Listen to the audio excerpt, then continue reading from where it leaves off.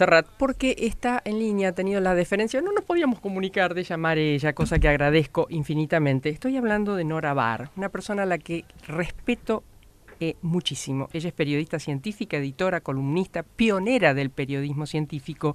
Además, se sienta en la Academia Nacional de Periodismo en el sillón que ocupara la primer mujer nombrada miembro de la Academia Nacional de Periodismo, Ada María Eflain, si no lo digo mal. Hola Nora, ¿cómo estás? Buenos días. Hola María Herminia, ¿cómo andan? Bien, un placer escucharte. Pues sabes que tenía muchas ganas de charlar contigo, fundamentalmente para que nos cuentes esto que nos duele, la emigración de nuestros científicos. Sí, la verdad es que al principio, el año pasado, uno decía, bueno, son casos anecdóticos de personas que tienen posibilidades muy a la mano y optan por irse, o que estaban en el extranjero, habían vuelto, y al ver los problemas que empezaba a enfrentar el sistema científico, decidían volver a su lugar donde habían estado muchos años.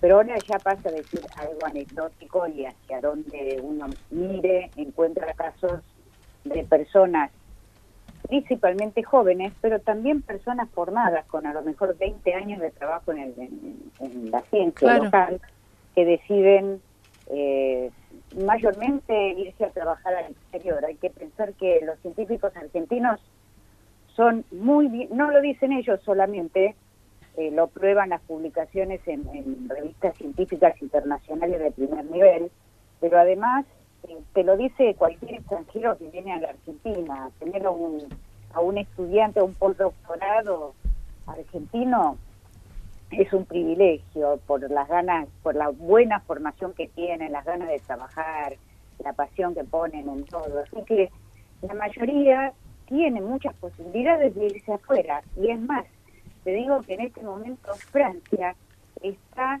ofreciendo programas de pasantía de 1 o 2 años para científicos descontentos, especialmente de Estados Unidos y la Argentina. Abrieron un programa de pasantías de 1 o 2 años que ya está circulando entre investigadores acá en la Argentina, y sé que también está dirigido a científicos norteamericanos que están viviendo una situación parecida, para que se vayan allá a trabajar 1 o 2 años. Claro.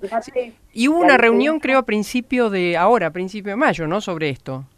Así es. Sí. Hubo reuniones, ya está, por supuesto que van a tener que competir, como están acostumbrados a hacerlo siempre, porque para ingresar a la carrera del investigador tienen que competir, no es que entra cualquiera, tienen que completar un doctorado y a veces postdoctorado, a veces se presentan 1, 2, 3, 4 veces, tienen que presentar un proyecto de investigación, pasan por una junta de evaluación que no solo digamos, analiza todos sus antecedentes, sino que analiza el proyecto y el interés que tiene para el país, para la ciencia, en fin, es algo muy difícil. Los mismos investigadores están a veces trabajando en otros lados, te dicen que cuando llegan a esos lugares se dan cuenta de la enorme formación que tienen de las universidades argentinas. Entonces, muchos, no solo, bueno, los sueldos bajaron un 40%, 40% en poco más de un año. Y además, la incertidumbre que hay, porque, por ejemplo, todos los que fueron seleccionados en el llamado 2022, o sea, hace más de 2 años, todavía no fueron incorporados. Claro. El llamado 2023 no se hizo, no se pagan los subsidios, y llegaron al extremo de suspender las suscripciones con las revistas científicas internacionales. Imagínate, ayer me contaba justamente el presidente del Consejo Interuniversitario Nacional que muchos investigadores le dicen, yo no puedo ni leer mis propios trabajos. Impresionante. Bueno, el presupuesto también lo rebajaron a más del 50%, ¿no?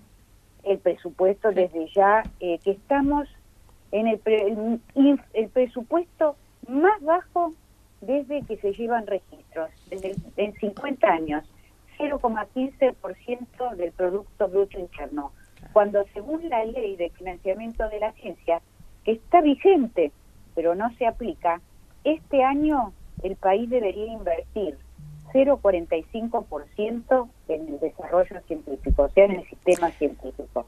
Se cortaron los programas Construir y Equipar Ciencia, o sea, los edificios que se habían comenzado a construir se tuvieron que detener porque se considera dentro de la decisión de la política de que el Estado no iba a invertir en obra pública. Entonces, edificios fundamentales para las universidades, como para la Universidad de Hurlingham, que tenía un edificio muy avanzado, tuvieron que dejarse allí. Ya sabemos lo que pasa con un edificio que se interrumpe y no se le hace ningún tipo de trabajo durante tiempo. Después hay que recuperarlo prácticamente desde cero. La infraestructura se va arruinando muchísimo. No se puede comprar equipamiento científico. Entonces, esa incertidumbre, además de que no se les pagan los subsidios, ni siquiera los que ya fueron otorgados, bueno, está haciendo que muchos laboratorios, especialmente en los lugares donde hay menos investigadores, se van vaciando. Y hay ya muchos que no solo tienen que suplementar su sueldo para llegar a fin de mes, a lo mejor trabajando en un Uber o en otra plataforma, ni siquiera agregando un trabajo, porque los científicos tienen una dedicación full time. Claro. Entonces no es tan fácil agregar otro trabajo. Ahora, Nora, igualmente siguen produciendo. Yo veía el informe tuyo con respecto a, siguen produciendo trabajos científicos, no sé cómo hacen, pero igual para el cáncer, para el Parkinson, para las discapacidades, midiéndolas. Es decir, siguen aportando con la nada misma que tienen. Sí. Eso hay que pensar que hay una inercia. Ahora se presentó un trabajo que dice que se perdieron 4.200 más o menos empleos en el sector científico, no solo investigadores, sino también personal administrativo. Y cuando uno dice personal administrativo, puede parecer que eso no es tan importante. Y es una equivocación muy grande, porque para que todo funcione, se requiere ese personal que también está altamente especializado y capacitado. Pero son muchos más. Hay una inercia, porque al principio lo que hacen los investigadores es, bueno, me pido un año sin goce de sueldo para ver cómo funciona el trabajo en otro lugar. Entonces el sistema no lo registra. Entonces los que se están yendo son mucho más que esos 4.000 o 5.000. Hay muchos que están pidiendo licencias sin goce de sueldo, de su beca o de su trabajo, para ir a otros países donde trabajan, España, México, Brasil está absorbiendo. Francia, claro, sí.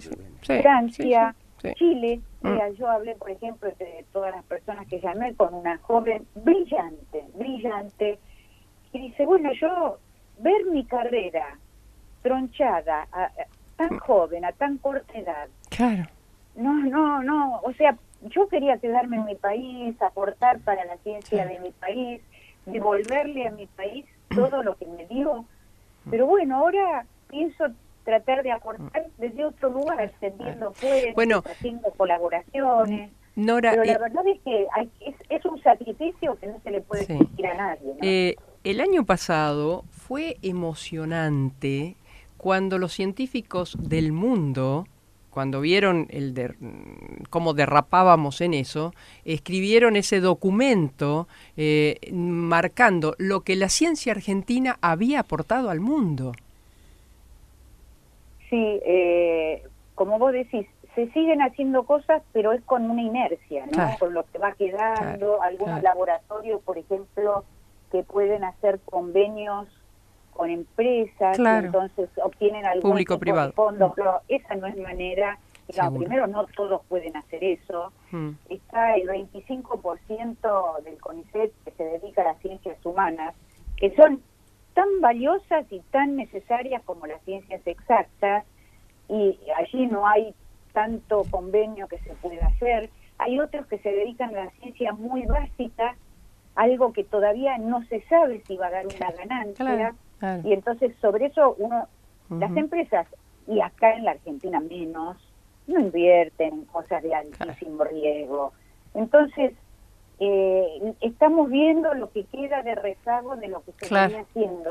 Pero ¿para cuánto va a durar eso?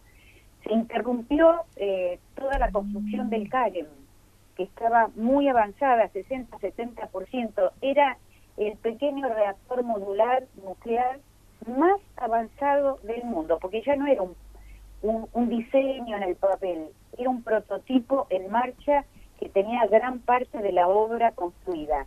0% de inversión, de ejecución de fondos desde hace 8 meses. 0%. Se detuvieron las grandes obras, otras grandes obras de la Comisión Nacional de Energía Atómica que tienen que ver con la salud, como el centro de protones, de tratamiento de terapia protónica para el cáncer, que iba a ser el primero en Latinoamérica. El RA10 en Ezeiza para hacer radiofármacos y estudio de materiales. Ese reactor que estaba calculado que cuando estuviera en marcha le podía reportar al país unos $500 millones por año. Claro, pero ni siquiera el más, también uno de los más o el más moderno del mundo. Digo, Nora, ni siquiera desde ahí lo miden, de lo que nos puede entrar en divisas ese elemento tan deseado por el gobierno, ni siquiera por ahí lo miden. Por eso yo digo, esto no es por plata, no puede ser por plata, porque si bien uno pone plata, no es un gasto, es una inversión. No se justifica con un 0,3% del PBI, que es lo que se estaba aportando cuando subió esta gestión, cuando asumió esta gestión. No es, si uno piensa, las ganancias que alguno de esos resultados que se obtienen en los laboratorios podría reportar al país, realmente es una inversión más que mínima. Nora. Yo creo que es por aquello que decía Bertrand Russell, ¿no? Los hombres le temen al pensamiento más que a nada en la tierra, más que a la ruina, más incluso que a la muerte. Eso lo decía el filósofo Bertrand Russell, ¿no? Y creo que viene por ahí la cosa, no es por plata, es por algo más. Odian el pensamiento crítico, porque si no, no se explica. No se explica. Nora, yo sé que llegamos a vos un poquito tarde hoy, tuvimos un problemita con el teléfono, se me termina el programa, en algún momento que puedas vamos a profundizar esta charla y te quiero consultar ya yéndonos si estás preparando otro libro y si encontraste la respuesta a ese libro que vos decías que el hombre todavía o la ciencia no ha podido contestar, ¿no? Entre ellos, ¿por qué dormimos? Sí, bueno, no, siempre se van aportando nuevas hipótesis, pero son preguntas abiertas todavía, no sé si se van a resolver así en pocos años, porque son los grandes misterios, ¿no? Cómo empezó la vida. Por supuesto, siempre los nuevos descubrimientos van acercando nuevas pistas, y eso es lo maravilloso de la ciencia, ¿no? Tener esa nota de misterio. Por eso hay que cuidarla. Así es. Nora, un placer, muchísimas gracias, un cariño muy, muy grande. Al contrario, gracias a ustedes y un gran abrazo para todos allí. Gracias. Nora Bar, y con ella nos estamos yendo. Muchísimas gracias, será hasta el próximo sábado. Gracias Esteban, gracias Marcos, gracias Lili. También gracias a Lisandro que nos vino a sacar unas fotos espectaculares, creo. Y gracias Graciela. Hasta el próximo sábado. Estás en Radio Universidad.